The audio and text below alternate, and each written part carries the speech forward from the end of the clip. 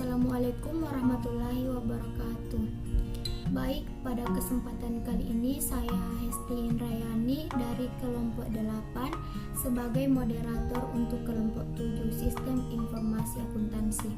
Serta adapun anggota kelompok 7 yaitu Ningsih Puspitasari sebagai pemateri pertama, Nia Wahyuni sebagai pemateri kedua, dan Mutmainah sebagai pemateri ketiga. Langsung saja saya persilahkan kepada pemateri pertama untuk menyampaikan materinya. Baik, saya pemateri pertama. Konsep dasar mengenai sistem dan analisis sistem. A. Pengertian sistem. Menurut Jogianto 2001 nomor 5 menyatakan bahwa sistem dapat didefinisikan dengan pendekatan prosedur dan dengan pendekatan komponen. Pengertian analisis sistem. Analisis sistem adalah penguraian dari suatu informasi yang utuh ke dalam bagian komponennya dengan maksud untuk mengidentifikasikan dan mengevaluasi permasalahan, kesempatan, hambatan yang terjadi, dan kebutuhan yang diharapkan sehingga dapat diusulkan perbaikannya. Yang kedua yaitu proses pengembangan sistem. A. Analisis sistem di mana informasi yang diperlukan untuk membeli, mengembangkan, atau memodifikasi sebuah sistem dikumpulkan. Bagian B. Desain konseptual. Perusahaan memutuskan bagaimana memenuhi kebutuhan pengguna. C. Desain fisik. Perusahaan menerjemahkan persyaratan desain konseptual yang luas dan berorientasi ke dalam spesifikasi detail yang digunakan untuk mengkode dan menguji program komputer, mendesain dokumen input dan output, membuat sejumlah file dan database, mengembangkan prosedur, dan membangun pengendalian ke dalam sistem baru tersebut. Bagian E. Implementasi dan konversi. Sebuah rencana implementasi dan konversi dikembangkan, perangkat keras dan perangkat lunak yang dipasang dan diuji, melatih personel. Bagian E. Operasi dan pemeliharaan. Sistem baru tersebut secara periodik ditinjau dan dimodifikasi, dibuat saat beberapa masalah timbul atau saat kebutuhan baru terlihat jelas. Manajemen memiliki peran untuk menentukan pentingnya melibatkan para pengguna dalam proses, memberi dukungan dan dorongan untuk proyek, pengembangan, dan menyelaraskan sistem dengan strategi korporasi. Yang kedua, para pengguna siap mengkomunikasikan informasi yang dibutuhkan ke pengembang sistem untuk membantu mengelola pengembangan sistem. Yang ketiga, panitia pengarah sistem informasi. Sebuah panitia pengarah sistem informasi merencanakan dan mengawasi fungsi sistem informasi. Panitia pengarah menetapkan kebijakan SIA, memastikan partisipasi, panduan, dan pengendalian manajemen. Yang keempat, tim pengembangan proyek. Para anggota tim merencanakan tiap proyek. Baik, selanjutnya saya persilahkan kepada pemateri kedua. Materi selanjutnya yaitu proses perencanaan pengembangan sistem. Ada dua rencana yang diperlukan dalam suatu sistem informasi akuntansi. Yang pertama yaitu rencana pengembangan proyek atau Project Development Plan, yaitu dokumen yang menunjukkan kebutuhan proyek, baik itu orang, perangkat keras, perangkat lunak, dan keuangan. Sebuah analisis biaya manfaat serta bagaimana sebuah proyek akan diselesaikan, atau modul dan tugas untuk dijalankan, siapa yang akan menjalankannya, dan waktu penyelesaiannya. Yang kedua yaitu rencana induk atau master plan, adalah rencana yang menjelaskan sistem akan berisi apa saja, bagaimana sistem akan dikembangkan, siapa yang akan mengembangkannya, bagaimana sumber daya yang dibutuhkan, serta diperoleh, dan status proyek-proyek dalam proses, prioritas proyek yang direncanakan, dan kriteria prioritas. Selanjutnya yaitu teknik-teknik perencanaan.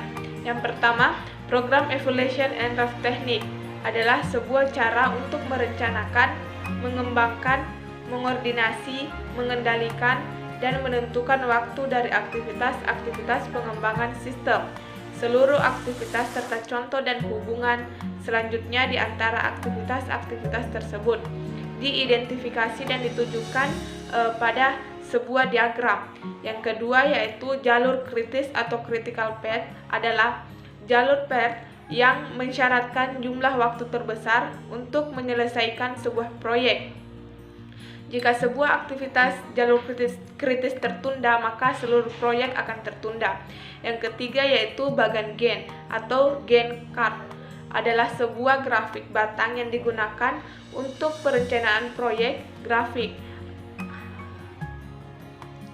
Untuk perencanaan proyek, grafik tersebut menunjukkan aktivitas proyek di sisi kiri unit di atas dan waktu setiap aktivitas diharapkan untuk dijalankan sebagai sebuah batang horizontal. Selanjutnya saya persilahkan kepada pemateri terakhir untuk menyampaikan materinya. Baik, saya akan melanjutkan materi yang ketiga yaitu analisis kelayakan.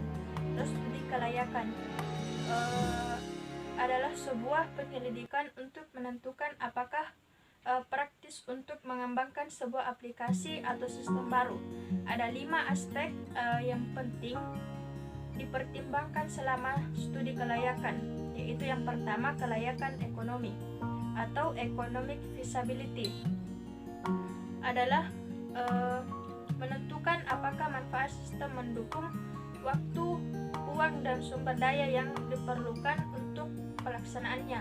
Yang kedua yaitu kelayakan teknis atau technical feasibility adalah menentukan apakah sistem diajukan dapat dikembangkan dengan teknologi yang tersedia. Yang ketiga yaitu kelayakan hukum atau legal feasibility adalah menentukan apakah sistem yang diajukan akan mematuhi seluruh hukum negara dan negara bagian yang berlaku, regulasi pihak administratif, dan kewajiban kontraktor.